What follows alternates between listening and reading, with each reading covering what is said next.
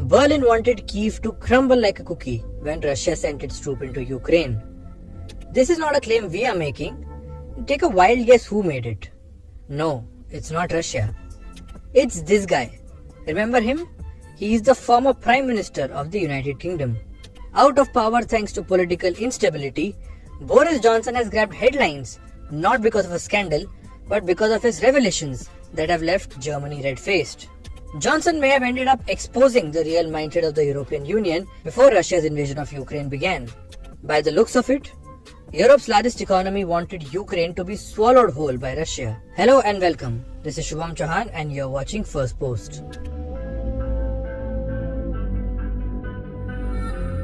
Former British Prime Minister Boris Johnson has made a series of revelations.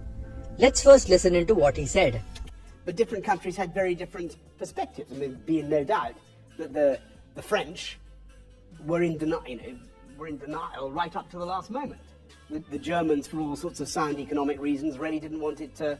They were. I'll tell you a terrible thing. The German view was at one stage that if it were going to happen, which would be a disaster, then it were better for the whole thing to be over quickly and for Ukraine to fall. Did you hear the words, Germany wanted Ukraine to fold? That's a big statement. But if one looks closely, there seems to be a good reason for Berlin to actually think that way. The largest European economy, Germany had to take the biggest hit in the aftermath of sanctions on Russia. Energy prices shot up. Inflation climbed up to record highs and is in double digits.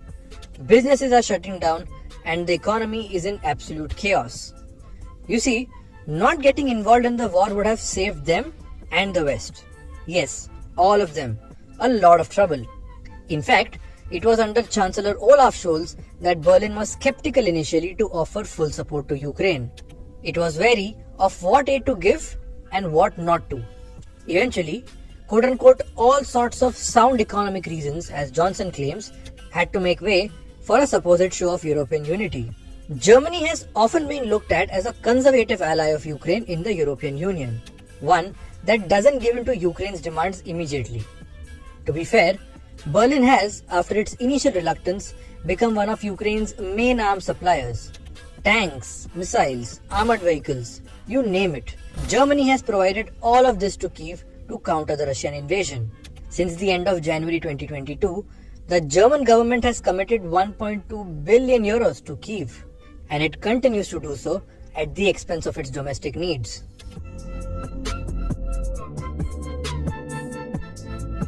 There is another reason why it may be tempting to believe Boris Johnson's claims. In March this year, Andrei Melnik, the former Ukrainian ambassador to Germany, had a similar story to share about Germany's attitude. He tweeted, "On 14 February, we were warning German politicians. Kiev may be bombed in the coming days. We urgently need 12,000 anti-tank rockets from Germany." In response, just mockery. So sad, so furious. As for Johnson, he didn't stop at Germany. He also dragged France and Italy into the scandal. Watch for yourself. Again, massively dependent on Russian hydrocarbons.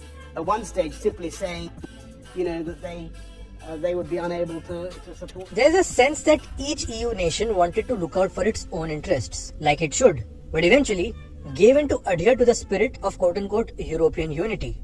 In the process, what they had to let go of was Russian energy, oil and gas supplies. It was a much more emphatic hit for bigger nations like Italy, Germany and France. Now, these European nations have come out all guns blazing at Boris Johnson for his remarks. German ambassador to the UK said, "We know that the very entertaining former Prime Minister always has a unique relationship with the truth. This case is no exception." It has all become very ugly now, with European governments hurling diplomatic abuses at each other. For Russia and Vladimir Putin, Johnson's claims come as music to his ears. The bloc looks like it is crumbling under its own weight. Pressure or change of mind? What do you make of Germany's position? Did it really want Ukraine to fall? What about the other European allies' reasons of not supporting